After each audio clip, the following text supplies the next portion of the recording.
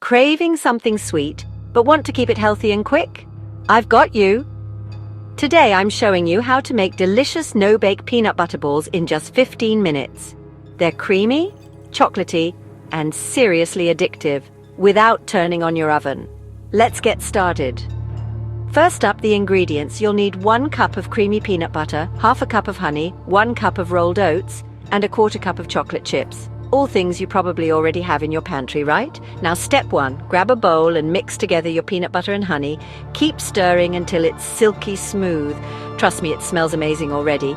Next, add in your oats and chocolate chips. Give everything a good mix so those chocolatey bits are scattered everywhere. Here comes the fun part.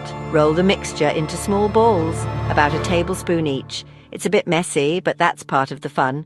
Pop them onto a tray, then straight into the fridge for 15 minutes to set. That's it! You've got a batch of homemade, healthy treats ready to grab whenever you need a pick-me-up. These peanut butter balls are perfect for snacks, dessert, even meal prep. Creamy, sweet, and oh so satisfying. Want to mix it up? Add nuts or dried fruit for your own twist. If you love this recipe, please subscribe, leave a like, drop a comment, and share it with your friends.